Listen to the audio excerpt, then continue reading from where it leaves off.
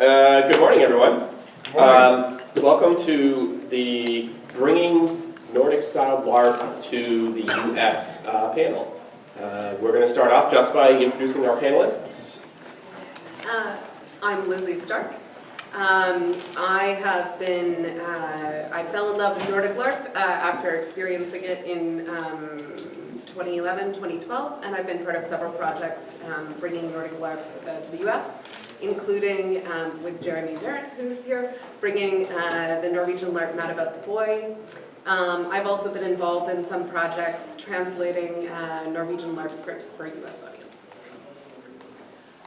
My name is Evan Torner. I'm an assistant professor of German studies at the University of Cincinnati, but I've been involved with the Nordic LARP scene, I guess, since I met Tobias Rikstad in 2008 at Dreamation. I didn't know who he was, but he was responsible for a thing called Jeep Forum, which I learned a lot about when I went to Festival in 2010 in Denmark. So I think I've been involved heavily within this sort of Nordic-American LARP interchange for about 8 years, and have written numerous scenarios that cannot really be defined in either style. And then most notably, last year we ran together with a team, some of whom were in the audience, a version of the Norwegian LARP, Just a Little Lovin', in Minnesota in August of 2017, and a lot of us got our shirts on. I'm Ken, Reverie Studios. Most of my LARP experience has been organized in Buffalo, but about 2 years ago, we founded Reverie with the intention of trying to bring more collaborative Nordic-style games to the United States. So we are a company in Boston that's focused on both producing our own games and co-producing other people's scenarios in terms of like trying to expand the footprint of the organization. I'm Kathy, and I'm with Peculiar Crossroads Productions, LLC.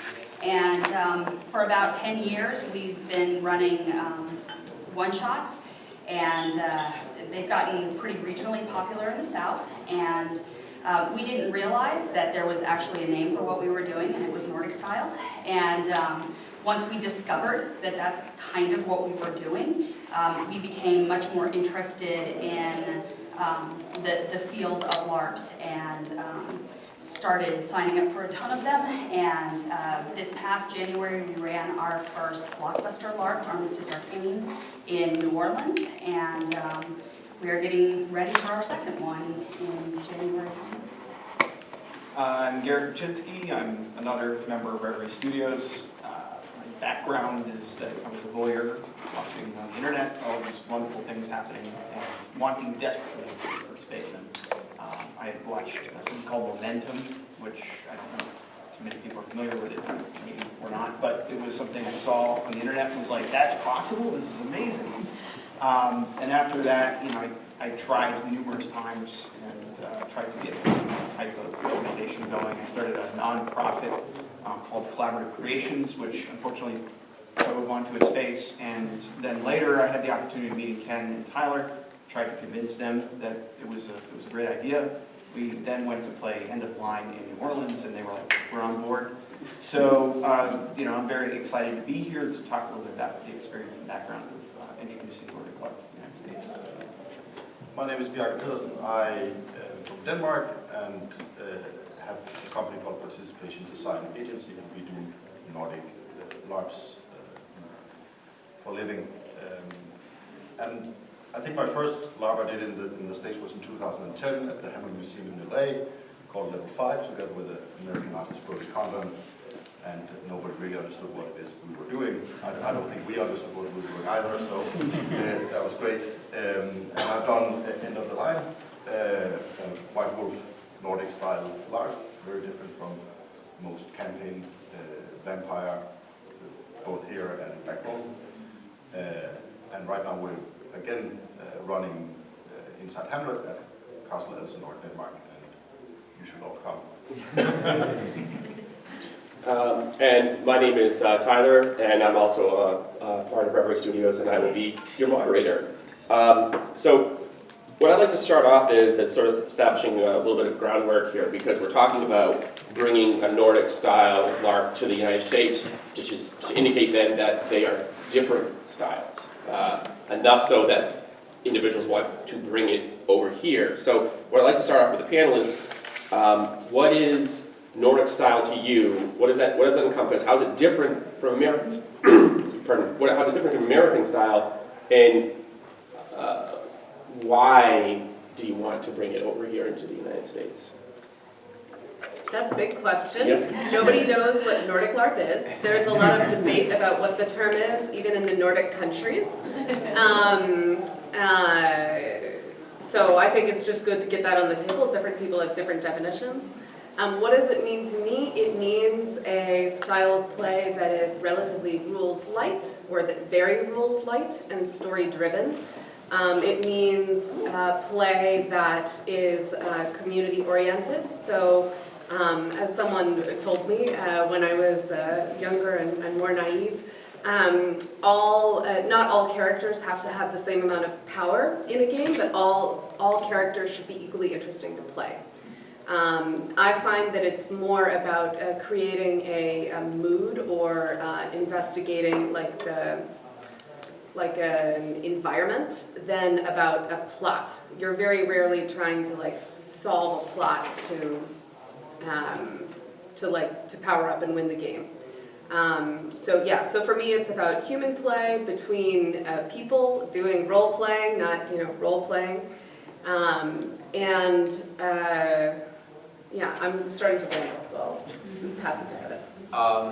The Nordic Larp for me is using Bjarke Stenros's definition somehow in dialogue with the Nordic Larp conversation, and that of course means if they do Larp in Palestine, it's also Nordic Larp, etc. And then there's an idea of this imperial form of Nordic Larp taking over everything.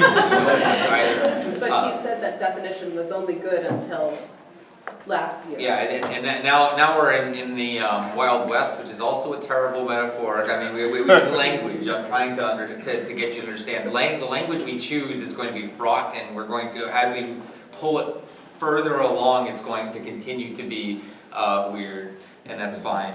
I'm going to emphasize Lizzie's point on exploring mood or theme rather than plot or even character to some degree. One of the most striking games I remember was on a Vesterlings growing up, which is just an adaptation of Sense and Sensibility, scene by scene by scene. And I would play Colonel Brandon. I made a bunch of decisions as Colonel Brandon as a character, and then later on we discovered that yes, that this in fact was what Colonel Brandon did in the game, in the novel, without me knowing anything about it. And I thought, wow, a design that can do that can bring the novel to me without me having read it is phenomenal. And I've been sort of in the spell of that ever since. Just Little Lovin' is also one of those designs where I think it is just beautiful thematically and from a mood perspective, and then you can get into the characters and plot line, but it starts there and not from another place. What's Just a Little Lovin'? Just a Little Lovin' is I would say 5-day LARP experience in which you are playing characters in the early 1980s as HIV and AIDS has hit the New York area, and you're playing this sort of gay community that's interfacing with a cancer survivors community that have alternative lifestyles, and as the game progresses, you're playing 3 consecutive July 4th parties, 1982, 83, and 84, and between each parties we lose people from the community to the disease, and at first no one knows what's going on, and later on, of course, more knowledge is accrued, and that also shows some historical shifts that happened and sort of the death of disco and the alternative 60s and the rise of the HIV/AIDS activism movement. I know there's actually quite a few of you who played the game in the audience in the USA run, but then also in other runs. It's going to run I think it's 7th run in Finland next month in June. So it's really an amazing experience, and it's hard even to put into words just now. So. Yeah, from an organization perspective, for me, the 2 major things that I pull out of it are like collaborative storyline compared to kind of like US Boffer LARP, like where I do feel like there is much more of an us versus them mentality or a competitive mentality in LARPing. Like it's centered largely on combat and competition between either player versus player or player versus the environment. And I think that the story is constructed largely around those things. And I think the other thing that's interesting to look at is ownership of the story. So when you're game mastering a buff, you feel very invested in ownership of the story. You run modules to enforce plot lines, but it's very much an on-rails or controlled experience, almost, I guess, like video game-esque in terms of structure and design. And that's not every buffer LARP, but that's like the vast majority of buffer games that I've played really feel it's a tightly constrained pathway in which players kind of are passive observers to the environment that's changing around them. And I think that, for me, the concepts that I really like about it are kind of turning that around and pushing the ownership of the story on the participants and, you know, not having to kind of dictate every aspect of the game to them. And also to kind of pull them in and invest them in the storyline in a way that's not sort of a passive entertainment art form for their construction of a character. So one of the ways that we explain what we mean by, and we say, with our games, we say Nordic inspired, because there's a little bit more plot than you might find in a lot of Nordic style games. But the way that we explain it to our players is most of them are coming from an American campaign style background. And so we say, okay, in your campaign games, it is about what your character can do. And in a Nordic style game, it is about what your character can be. And this really kind of encapsulates kind of our philosophy for the way that we run them. And I almost hate to use this word because it's kind of controversial to use this word in America, but they're more artistic. And I don't want to say that they are art as opposed to just storytelling, since storytelling is also art.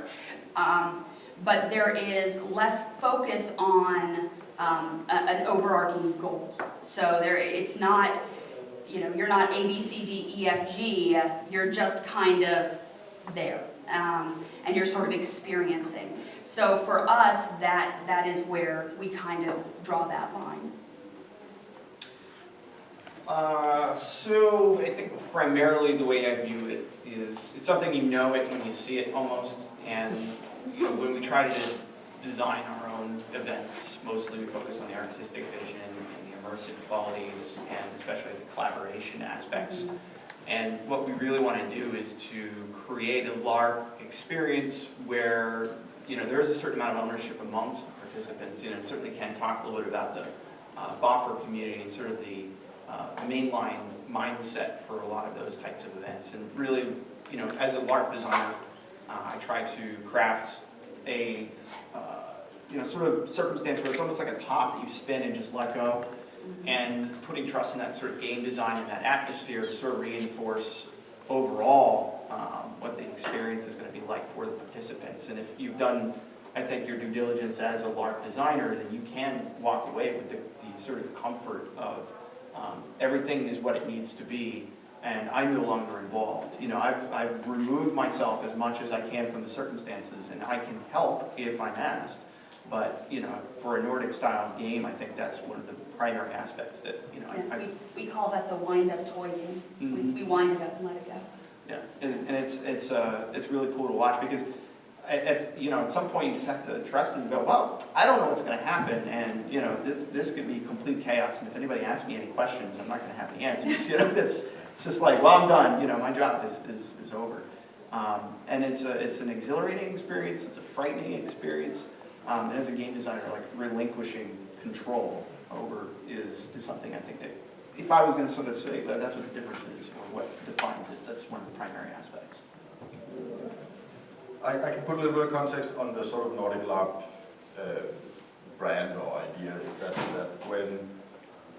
that when LARPers from the Nordic countries started coming together at this conference, Knudepunkt on Open Point in 1997, and realizing that they didn't have a common language to discuss what they were doing, so when people from Norway said character and people from Denmark said character, they didn't mean the same thing, so we had to figure out a language so we could speak together and learn from each other, and that developed this unified Nordic style. And then when we saw that LARP was sort of exploding all over the world, we had to define what are we doing that we think is special, and that's where the Nordic LARP brand comes from. And I was very much part of the l.p.lade definition back then, which made perfect sense at the time and makes very little sense now, because it sort of engulfs anybody who does something that we find interesting. People call Nordic Larp. And that's why, for example, in the southern parts of Europe, they've now made a manifesto that says this is not Nordic Larp, right?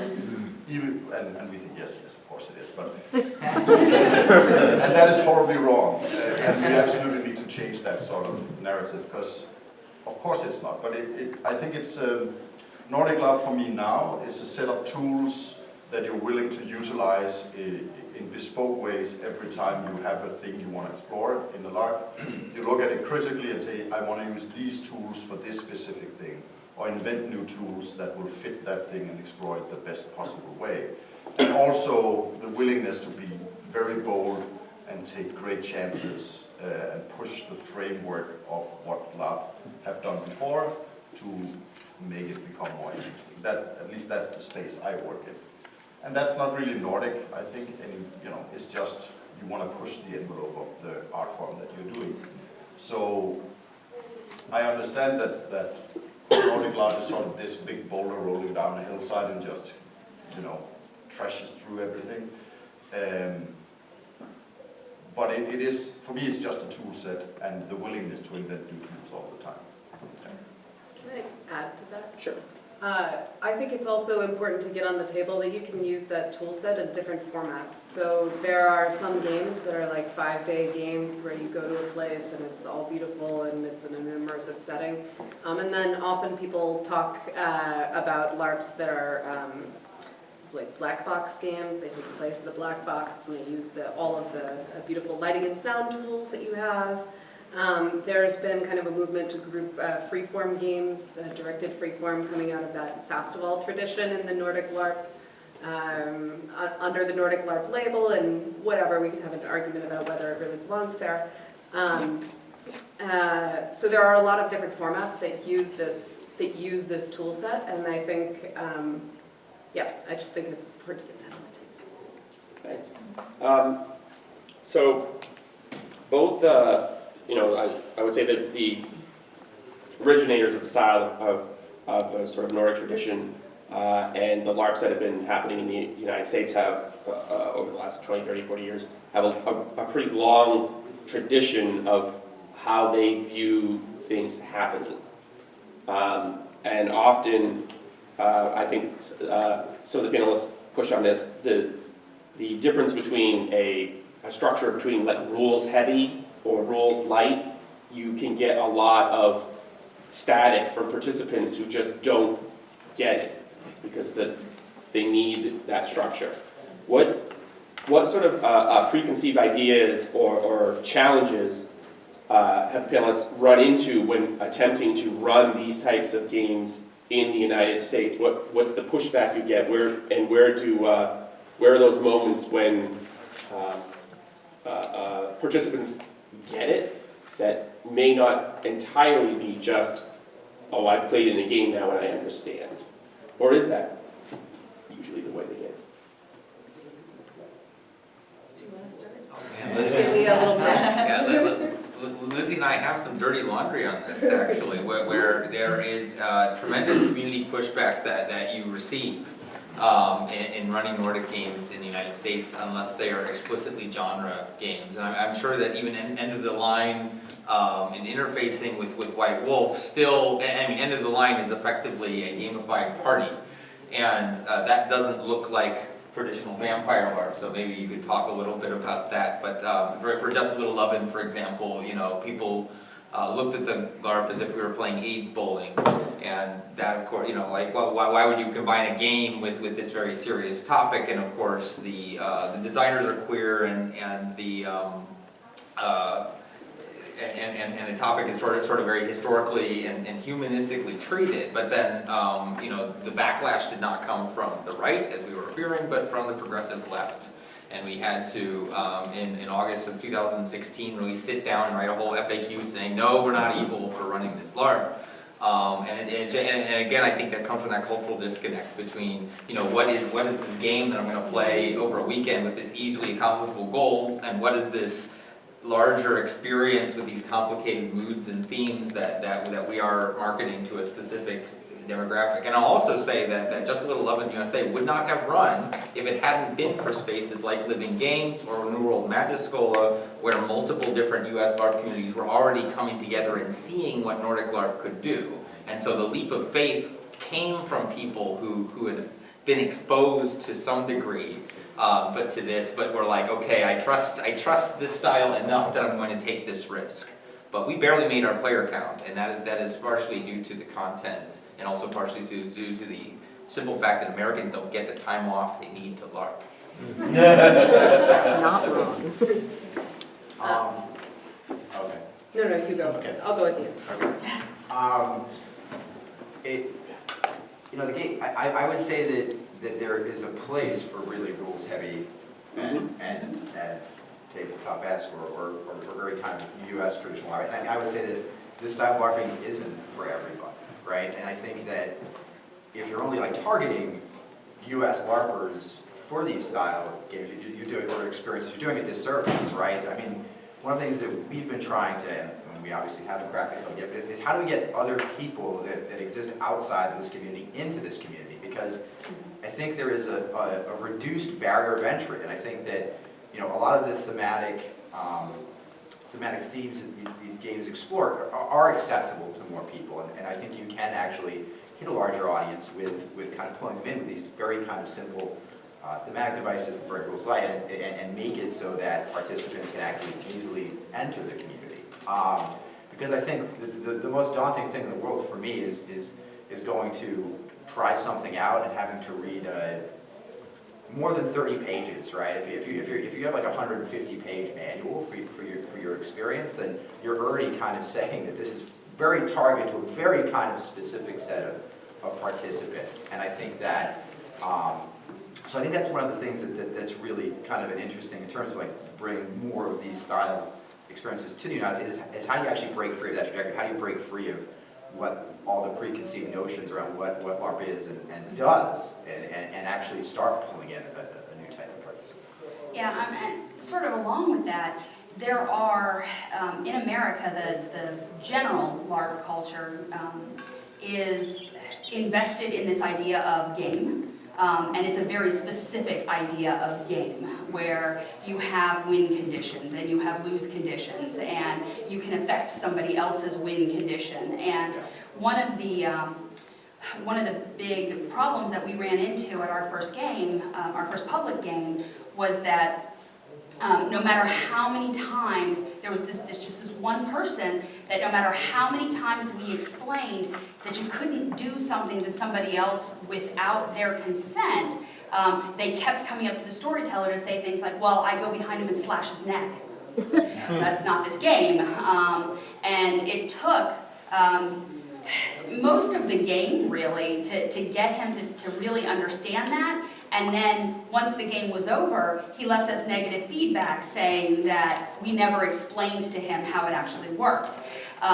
So there is, even when you do your due diligence, there is still this kind of pushback against getting rid of the highly developed rules. As well, there are particular themes that are expected for LARP. When you say LARP, there's a very specific thing that people think of, and this is, influenced by movies and television episodes about LARP, and so there is, we explain to the people whose places we rent as venues, we explain it as we're doing like a murder mystery weekend as opposed to a murder mystery dinner, and that they understand, and they understand that can be lots of different kinds of stories. But when you use the word LARP, people are assuming something medieval, they're assuming Renaissance fair, they're expecting, high language and elves and that sort of thing.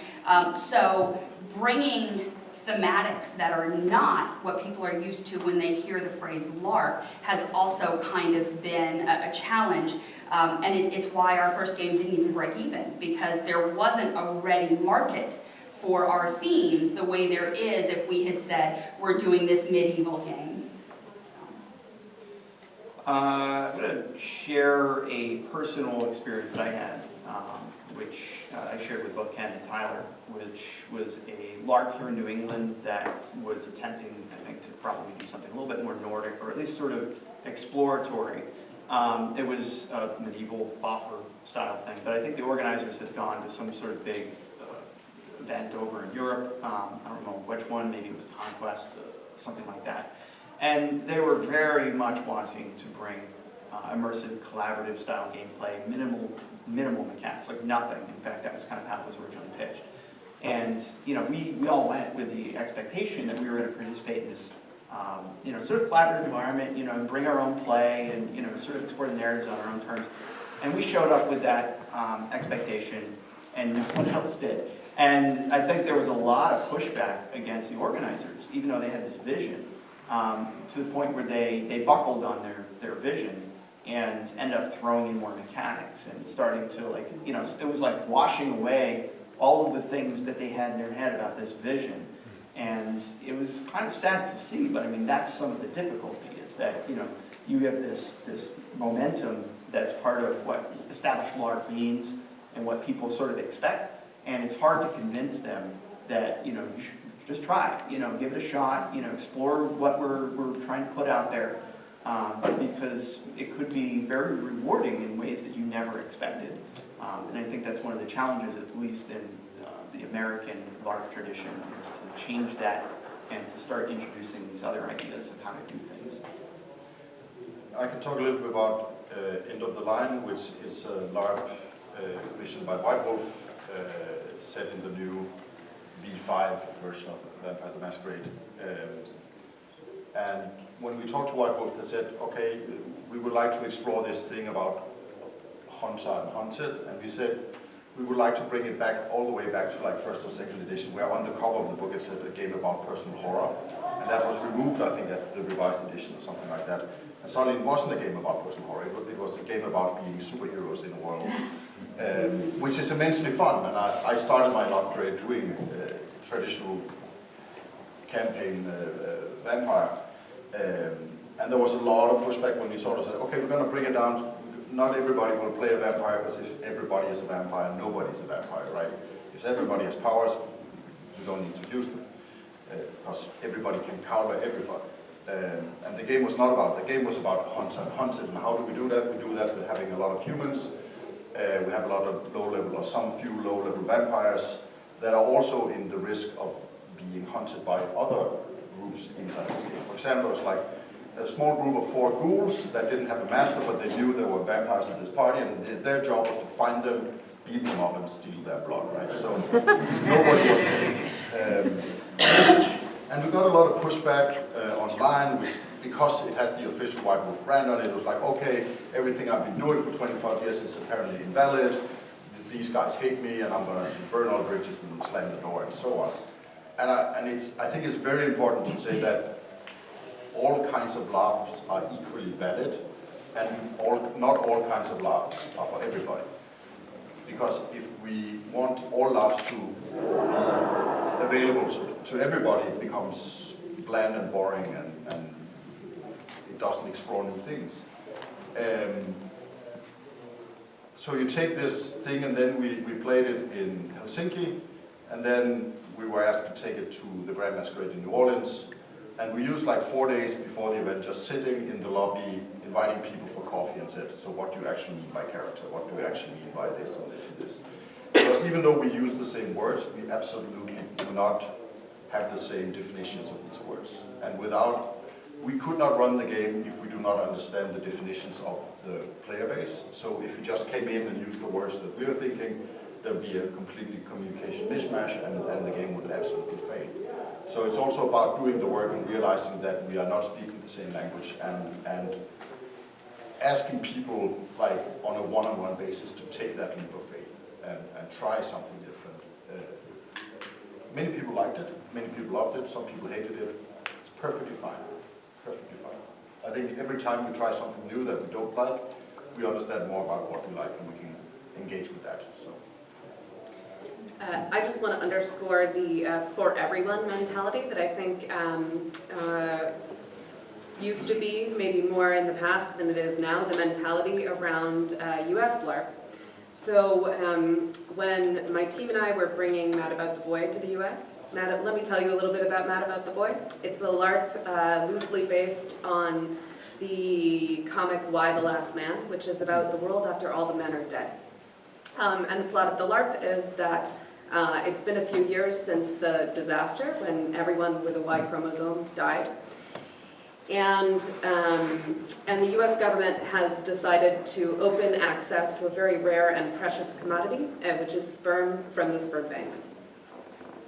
So they're going to try artificial insemination with this pilot program.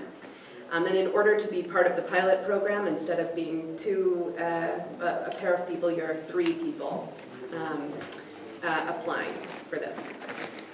It's Norwegian LARP by Trine Lise Lindahl, Margaret Ramm, and Torjel Enlund. And they had run it in several different ways in Norway. They'd had, all of the characters in the LARP are women. And they'd had a run with all women-identified people, and then they'd had a mixed gender run.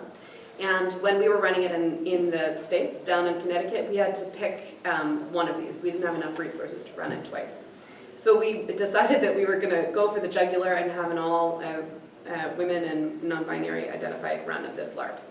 And that caused a huge internet shitstorm before the game even ran. Because people were outraged that we were excluding some people from our pool of players. There's a lot to say about the Mad About the Boy shitstorm. We got it kind of coming and going. But I think that was a response to the idea that all games must be accessible to everyone, which, as Bjarke said, I think can water down the product, or the end cultural product. But being able to be specific, like don't come to this LARP unless you want to play on the themes of the LARP. To me, that's kind of part of what we mean, or what people mean when they start using that charged word artistic, right? So you're making a set of really specific choices to get at a really specific theme and emotion. I also just want to talk quickly about the structure of this LARP. So in the first act of the LARP, all of the participants are hanging out. They're getting evaluated by the government for their fitness to be the ones to raise the first generation of children. And then in the second act of the LARP, the last man on Earth who has survived the disaster shows up. And the women have to decide what to do with him. In the Norwegian runs, in the all-lady Norwegian run of this game, in Act 2, of course, they all got together and had a town meeting where they were going to build consensus about what to do with the man.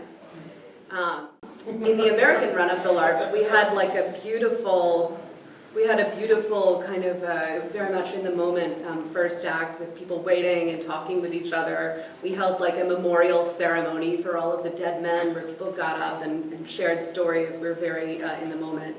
The moment in the second act, after the last man on Earth got introduced, instead we were in the last act of a buffer game. I mean, it was a vampire LARP with factions and plans to capture the man and get away with him. And it felt like we shifted from having a kind of a more exploratory Nordic experience to having a big battle Saturday night buffer fight experience. And so I think that the player culture is half of the equation as well. You can bring a Nordic LARP to the States, but if you don't prepare the players to alter that kind of competitive cultural mindset, then you're going to end up with something that's really different. I wanted to add that there were people trying to win just a little lovin' as well. That even though it's a game about exploring loss and helplessness, that we had a tremendously charged HIV/AIDS movement, which in 1984 was somehow winning. or that there was lots of money pouring into it in various capacities. And we of course didn't want to go in as game masters and intervene on that. We just thought it was culturally very odd that you know, things in the gay community were not going well at the end of 1984, but Americans were, you know, collectively, there's no single player behind this, but collectively we were trying to fix things. And I think that was just a powerful statement of what our play culture is versus the Nordic play culture. I just wanted to add that to your story. It happened. And we kind of, I think both of us have seen this over and over again, not just in the big scale LARPs, but also in some of the smaller LARPs. People approach them with a more like a hierarchical mindset. And so when you're introducing this play style, you want to kind of control for that natural, you just need to know that that's the natural impulse of a lot of American LARPers, and you got to make adjustments if you want to hit them off at the packs. So, speaking of American LARPers, speaking more about America. So America is a litigious society. And along with that is money. The cost for acquiring a venue,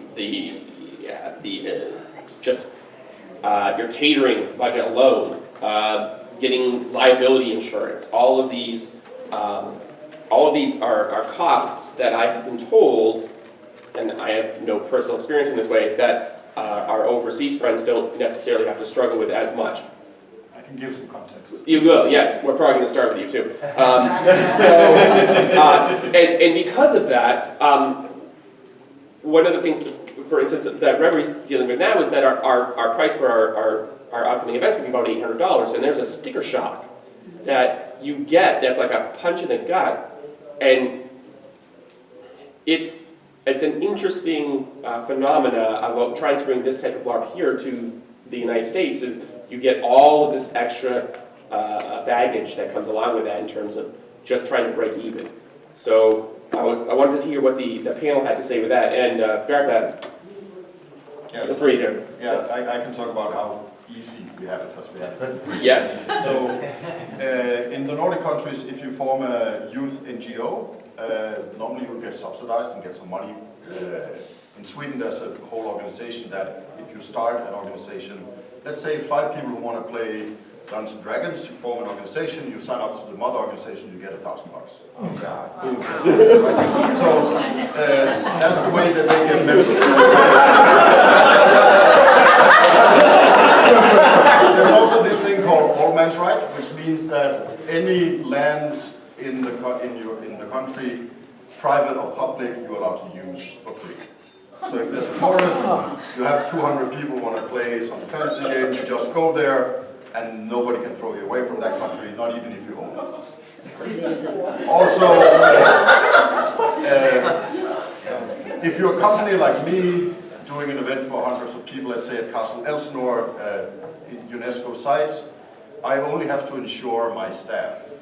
Because the location will have insurance for the location, and if people are stupid and fall on the 400-year-old stone stairs, they're idiots, and it's their own fault. And they will have to have insurance for that. So that's where we start.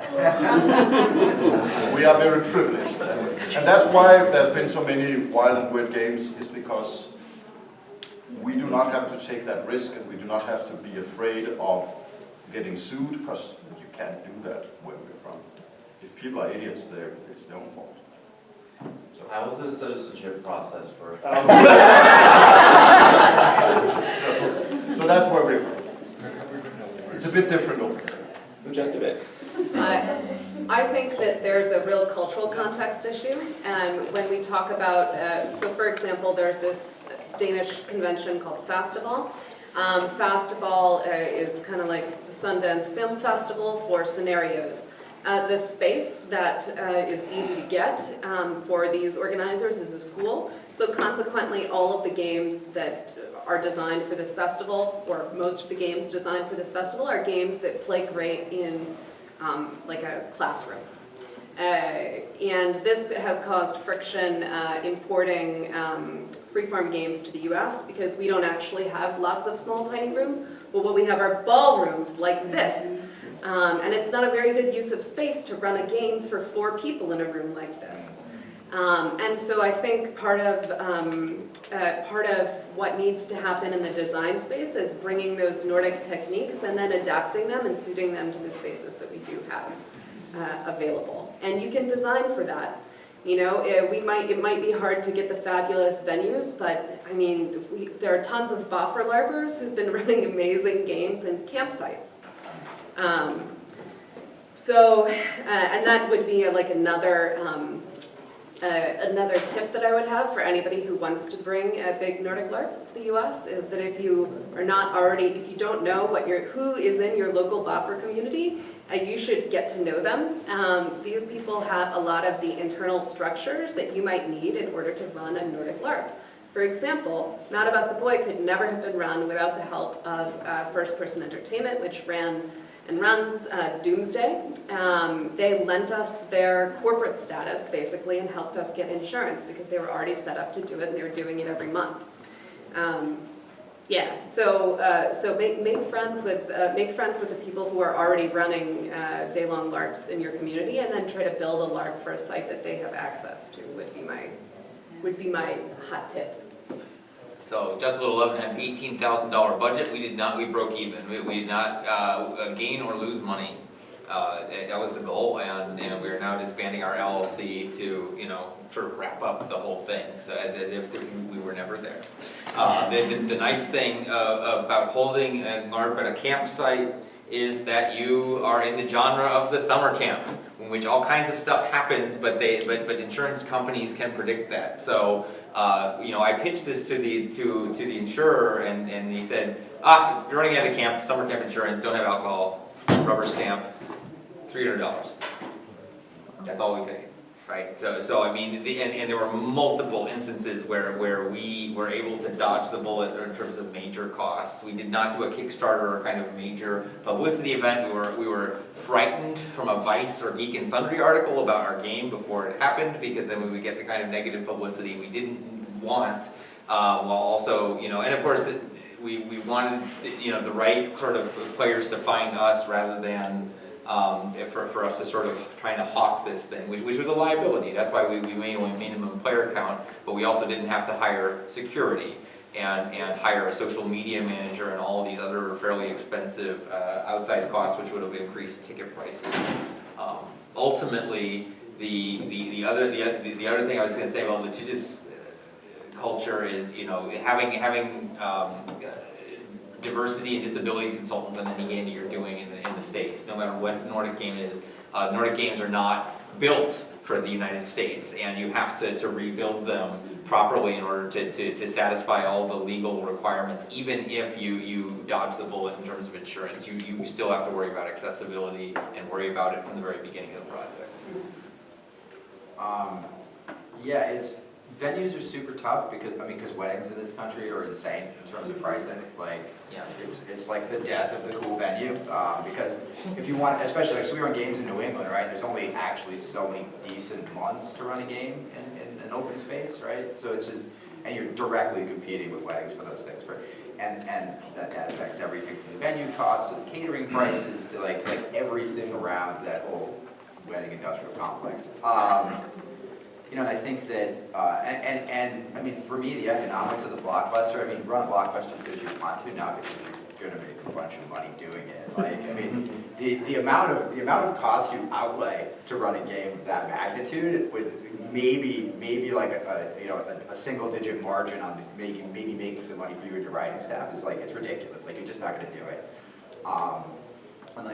Because the whole system is constructed in such a way that it's really hard to actually make a profit and have stuff ticket prices being reasonable.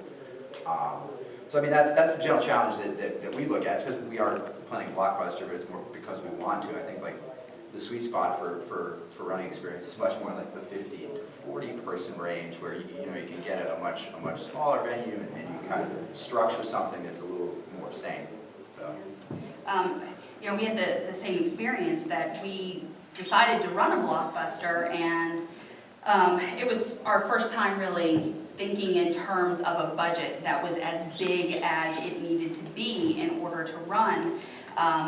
And you know, especially when you want to do parlor style, where you're indoors, where you provide food and you provide the place to sleep in hotel rooms, and you want to make it a destination blockbuster LARP. And you know, we settled on New Orleans because we lived in New Orleans, we knew New Orleans, it was easier for us to do that. But New Orleans is not cheap. We knew we could get people to go to New Orleans, but we didn't get enough, you know. It was like our costs were about $18,000 more than we made. So, but we decided when we started that we weren't interested in making money. That's not why we were doing it, and we would have been happy to break even. So definitely, you know, you run into that. Actually, we were kind of lucky because the hotel in New Orleans was so used to doing big events that we didn't have to purchase insurance because they covered the insurance for us. So we did luck out there, but then we had to pay, you know, $40,000 for the site and the food. So it was really ridiculously expensive. I think as Nordic style is sort of becoming more popular in the US, you are also running into this problem of even some designers are trying to use that phrase as a commodity to say, oh look, we're running a Nordic style event. And you know, we were hired to write for an event that was supposed to be Nordic style. So we wrote their game, and it was, you know, we were really pleased, and we knew it was going to go great, and we got there, and they were like, okay, well, that part of the game is actually a very minor part of it. Here's the game with all the mechanics that people are going to run. So even the designers who are out there pushing these big events are sort of trying to grab onto something that is hot and hip and popular, and not really understanding it, which is also causing kind of a little bit of pushback from the places that have the venues. I mean, and that's, you know, the venue where that ran, we tried to get that venue afterwards, and they wouldn't even deal with us. So, yeah, it's complicated. So I think a little bit that we could do as a community is to build knowledge around, you know, the infrastructure that exists. So if you run a boffer LARP, I think, you know, one of the easiest things you can do is, well, there's campgrounds and people use them, and maybe somebody knows a campground, and you know, there's already like track laid for that. And I think it's very efficient. That's the only, I mean, that's probably why there's so many boffer LARPs in the New England region. It's just, you don't have to reinvent the wheel, it's already there. And similarly, probably for the Nordics, you know, as for at least, you know, that kind of game style or this community that we're really trying to create at this point, we can do something similar. You know, I'm very excited to partner with people that want to run these kinds of things.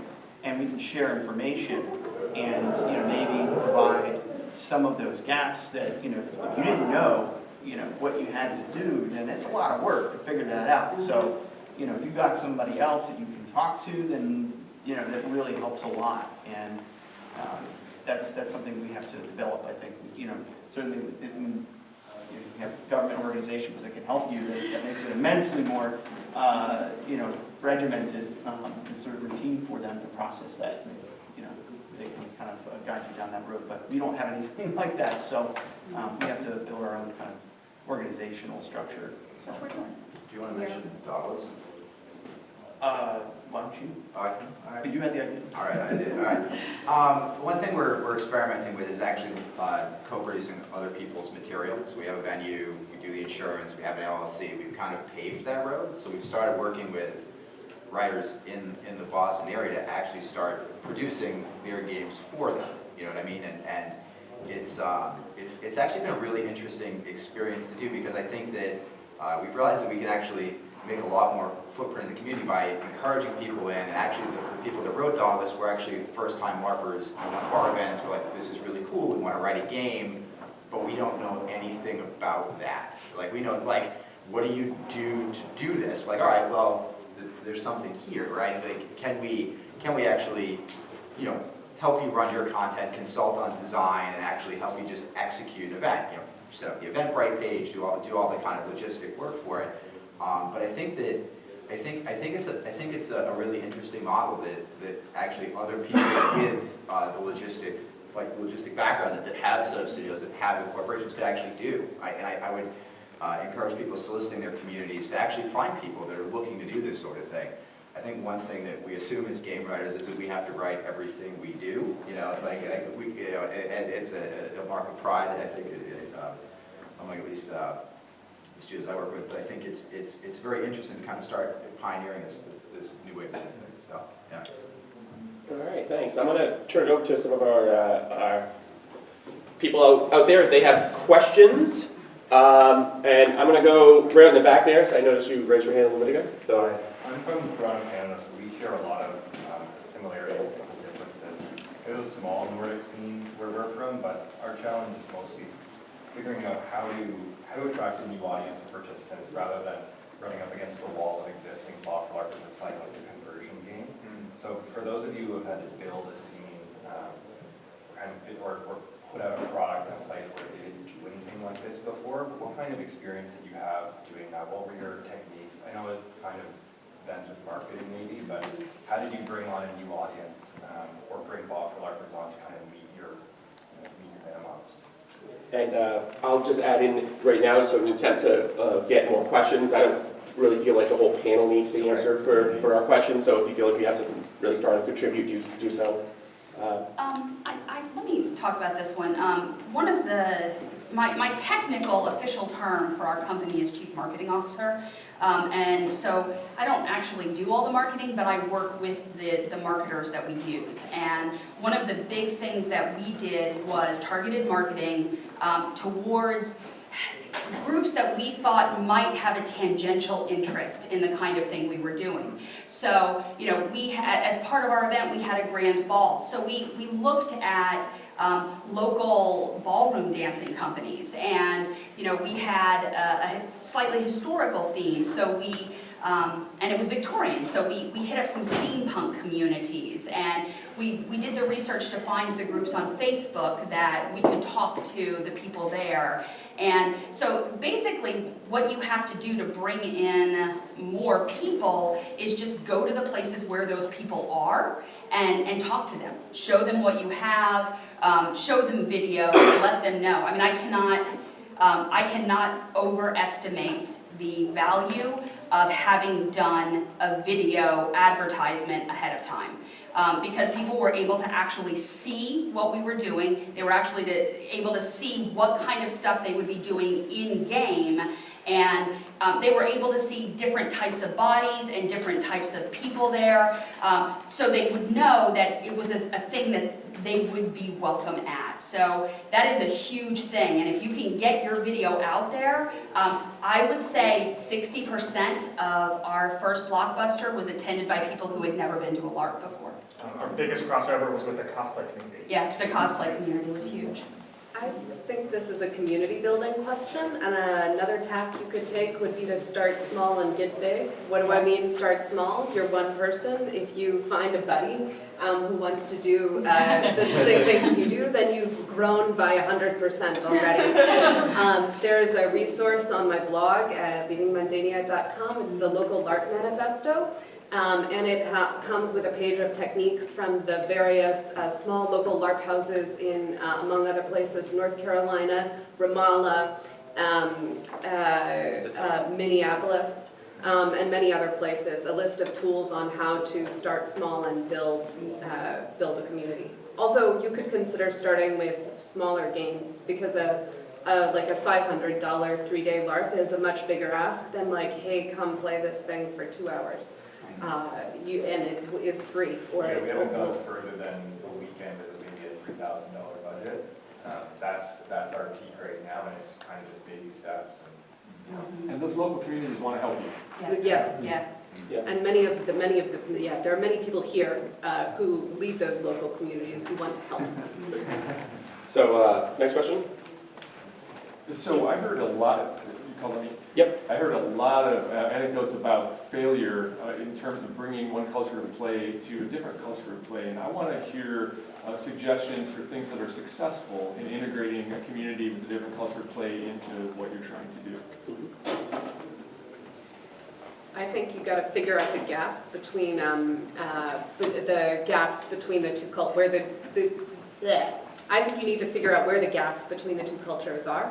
I've had success running small games for people where I talk to them for a little while about what they're about to do and how it's different from other things they might have done. So you can, know your local audience and try to explain the non-obvious stuff, like, for example, what they will actually be doing during the game. During this game, you won't be fighting, or like during this game, you won't be trying to solve a puzzle to get a thing. During this game, you will be talking in character. It's normal to be bored for some of the time. That's part of the charm of the LARP. It's that, like, your character is bored. Yeah. I just want to say that I think one of the biggest things that makes an impact is the workshops. Yeah, And, absolutely. it's a huge thing that I'm totally just exploring and getting used to, but it makes such a huge impact with calibrating everybody, or at least attempting to calibrate everybody. And that's something that I noticed, like playing vampire larps or something like that in an American community, or playing like boffers. Like, you don't have those workshops typically, so everybody shows up with their own expectations. And I think if you can get everybody roughly on the same page, that that's your cultural touch point, right? And that's where I think the successes are, great, because when we did a couple of events, we had like an enthusiasm and a hunger for that experience that came out of that, because they're like, oh, okay, we're all going to talk about the same thing. So, Yeah, I think it boils down to two things. One is expectation management before the thing, so people self-select in or out of your experience, and the way I've been starting using, sort of have like an ingredient list on the website. At this game, you will be doing manual labor, you will be forced to get up early, there will be vegan food, like big and small, everything. There will be oppression play, expect to be hosed down with cold water. then people opt in and out of this, and the second part is it can be done via workshops, which is calibration on site. Exactly, because if people come with different expectations, they will be confused during the thing and nobody will be happy. But if you can explain it and get everybody on the same page and move in the same direction, they will have a better experience. So, and then they will come back for the next thing. I have a follow-up question, which is a lot of American game design sees LARP design as hiding shit in a game. How do you then reconcile that design tendency to make a lot of secrets versus we will hose you down, and you will not, your character will be surprised, but you as a player will not. How do we manage that? I think surprises are great for the character and never great for the player. Ever great. Right? Jump scares seems like a cool idea in movies. It's a horrible idea in LARPs, because when you get deadly afraid, you jump through paved glass or hit people with metal objects, because that's the way our brain works, right? So the more open you can be, and it's not saying that there can't be surprises, you just have to be very careful about what those surprises will be. And I would rather players there who are very keen on exploring the themes of your thing, so they will explore them, because secrets, I think we say to our games, is that a secret is never useful in a game if it's never revealed. I played many games where people are hiding secrets forever and ever, and then it has no impact whatsoever, right? A secret is a great surprise waiting to be revealed. So, and that's where the play happens. So it's also about figuring out how do we make sure that the things that we keep secret are there because it's cool for the participant more than it's cool for their character, and have that distinction. That's great. Another question? Brian, first? Yes, you. Okay. So I brought this up at a session yesterday about the question of literacy, and I was thinking about, has anyone here played Nonchalance, the ARG in San Francisco? Yeah, I didn't play it, but I played Latitude Society. Yeah, and somebody who worked on it is around somewhere. Kathaleen. When that started, the alternate reality game wasn't a thing, and nobody knew what it was. but tons of people went anyway. So I guess my question is, are there other ways you can present the thing, or maybe the lack of clarity about whether this could be beneficial? I know this is a kind of a muddy question, but just, is using the term LARP, for instance, causing more harm than help? Would it be better to just not call it anything and try to make a video? I don't know, I'm just throwing it out there as a question or thought. We've been calling stuff LARP, we've been calling it immersive experience, we've been calling it, you know, different things. And I think it boils down to that LARP is a horrible term to begin with. It doesn't make any sense. It needs to be explained every time, but it is sort of what we have, right? So, and then the discussion that we have had back home is, do we sort of discard this part of our community and stop calling it what it is? Or do we own it and use the time and effort to educate people that this is interesting? I don't have a good answer for that. I think Hamlet is called an immersive experience and not a LARP. It says that it's set in the tradition of Nordic Larp, but you know. Yeah, I mean, when we were doing our website, to even figure out what we were, kind of our mission statement as a studio, we're like, do we use the word LARP for what we do? Because it is like an exceptionally loaded term, and it's. I think there are a number of buzzwords, like I think Nordic style or Nordic LARP is a buzzword. I think, you know, if I see collaborative 360, I mean, there's all these terminologies that are getting thrown around because nothing is really sticking. And I think, you know, it's like, and what do we do as designers? It's experience design. Is it something else, right? And I think that's been one of the issues that it causes just kind of an identity crisis about what we are producing. Like I say, I have a tough time explaining what I do to people that are not in the community. You know, I think it's tough to be like I still don't have a great way to tell my mom what I do. It's like I've been doing it for like 15 years. So, you know, it's really kind of tough to, and that I think is a general problem. Is that it's really tough to kind of narrow down and explain what we do in more than 100 words. And I think that actually does sort of work for us as a community. Well, one of the things I see a lot as an academic is sort of argumentation over what word you're going to use to describe something. And this was really a problem, if you want to call it a problem, when it comes to comics. Because people wanted to call it graphic novels, or they wanted to call it sequential art, or they wanted to have these different words for comics. And so, you know, there was this kind of movement to just reclaim the word comics and change what the word comics meant. And I think that the problem comes in when not everybody's doing the same thing. So we can say we are claiming LARP, and we are. You know, we say we LARP. This is what we do. But if not everybody else is using that, then you're stuck in a position of having to say, well, yes, I know that you did this other thing called immersive theater, but let me talk about how really what we're doing is very similar. And so that I think is the big problem, is that not everyone agrees on what we're going to do as a community. Great. In the back there? I think that there's, I think part of the problem that we're seeing is that when we're trying to bridge a gap between just Nordic LARP and then American style LARP, we get caught in these expectations that that say, for example, boffer LARPs have. And when we want to when we get excited about all the possibilities in Nordic LARPs, and we want to bring those exact things over, I think there's something that rings of, I'm using this a little differently, but of appropriation, of trying to say that we can just have this exact same idea and take it here without building up, and I see that there's been a lot of work to adapt these kind of things, but without that adaptation, not only in the design of the game and also the culture that we have here, that we're trying to we have to adapt our culture to to learn about what they're going to play, and what we're trying to evolve here, before we can actually have a vibrant scene that is able to play these games. So I guess the question is, can you talk a bit about the adaptations that you're doing to the games, and I guess to the games particularly, to bring them to the culture? So, well, when I saw the title of this panel, Bridging the Gap, Nordic Larp, bring Nordic Larp to the US, Nordic Larp to me really was running just a little oven in the United States because, we were there at Talk Capital and he would sometimes turn to us and speak to us in Norwegian, felt very immersive. Because he's used to running the thing in English and then turning to his GMs who are of course all going to speak Norwegian perfectly, and we disappointed him.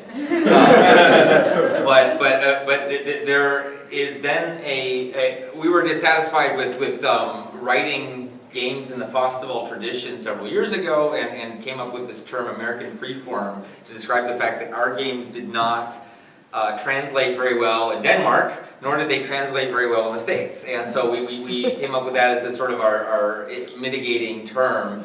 And oh boy, the internet reacted to that. And so basically, when you're rolling out your new language that you need to get, to get those adaptations captured, people will debate you, and people will position themselves and take sides, and you may gain friends, you may lose friends, but it's not a neutral act to adapt the thing, right? Or to just kind of engage with this debate, but people have very strong feeling. I want to talk quickly about building a player culture, because I think more than we think about Nordic LARP has to do with the culture of Nordic players and how they relate to one another and how they relate to the story. There was somebody who in some Nordic LARP talk, I cannot remember who it was, introduced the concept of herd competence to me. And this is the concept where if you have 10 seasoned LARPers and you add 2 new LARPers, like those 2 new LARPers, you practically don't even need to workshop them. You should, but you maybe don't need to. And they'll catch right on. If you have 10 new LARPers and 2 experienced LARPers, then you have to transmit a lot more information. So to me, building up the Nordic LARP scene, or the Nordic-influenced LARP scene in the States is also a matter of thinking about how you can incentivize the players, how you can teach the players to have the kinds of relationships to each other in games that you would like to see in the bigger, larger scale games. And for me, one of the vehicles for that has been these small freeform games. Right. The longer I'm on this scene, the more connections I will have to other people where we've played these emotionally intense games together. And as those connections get stronger, it becomes easier and easier to integrate other people into the play style. And of course, when we play, we're not playing like the way the Nordics would. Evan and I have both sent games over to Festival with sometimes hilariously terrible results. And that's because we're designing for players that like to take a lot of initiative in a way that is not like the typical thing that the Danish players would do in a scenario, where there's a lot of emphasis on playing the scenario exactly as the writer intended you to play it. And so we haven't cracked the code, I think, on how to make those adjustments. Americans keep sending games to Festival and with varying outcomes.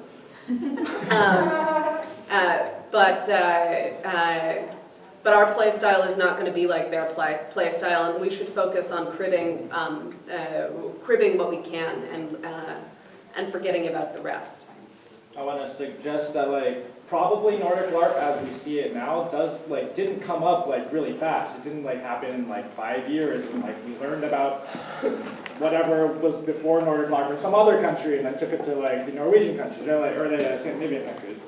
And I think that's actually really amazing that was it Toronto that you have you can get 15 to 50 players or however many you're getting in your big games. You're able to get a weekend game. And I think that slow build-up is actually really important. And if we talk about this as how do we do this next year, I think we're gonna come into problems of marketing things as Nordic LARP and not really getting players who know what that means. You got to play the long, slow game, and building a community. There's just no shortcut. All right. Last question. Do you have something? All right. Quick question, because I don't know the form that well, or when we're talking about how to define it. How is debriefing or aftercare an essential part of Nordic Larp? And if it is something that's used, what percentage of your game should be devoted towards the after? The more intense the game, the longer the debrief. Yeah. If you have an hour game about something really serious, like if you're waterboarding each other for 1 hour, the game might only have lasted 1 hour, but it might need like a 7-hour debrief. Or so. Yeah, so the more intense the game, the longer the debrief. And I think debriefing plays an important part because I think knowing that you're going to calibrate at the end of the experience and kind of get back to normal allows you to go harder and be more vulnerable in the moment when you're playing. And that's something that, I mean, that's something that I think, coming from more traditional American style background, like lead management and aftercare and workshopping was like a non-existent tool, right? Like, I mean, 5 years ago, we weren't talking about like, workshopping or anything, or even talking about bleed as like a real thing. Mm-hmm. And I think that more and more, at the very least, the story types might be different, but I do see more and more games incorporating consent mechanics and talking about bleed management. So I do think there has been some positive traction there. But I think it's exceptionally important to work into your schedule and to really strongly encourage, like I know with optional debriefs or not, I really try to make them baked into the schedule so that people will attend them and can actually, because I think sometimes people realize that they need the debrief more than they thought they did. Well, and this kind of goes back to the question of, you know, yeah, Nordic Larp as it is was built up over a long period of time, but we are actually benefiting from that, so I don't think it will take us as long to bring that here, because already, I mean, the world is extremely mobile these days, you know, and with social media and people writing essays and, you know, Lizzie's blog is amazing, you know, so you have all of these ready tools available to kind of start bringing these things in. So things like bleed management and workshops and all of that are already starting to infiltrate even campaign games. I mean, you see them, like White Wolf has started doing a lot more in their, you know, Mind's Eye Society groups with trying to incorporate a lot of that stuff. So I think that it's going to be a quicker move here than it took to build it up. All right, well, I'd like to thank everybody for attending.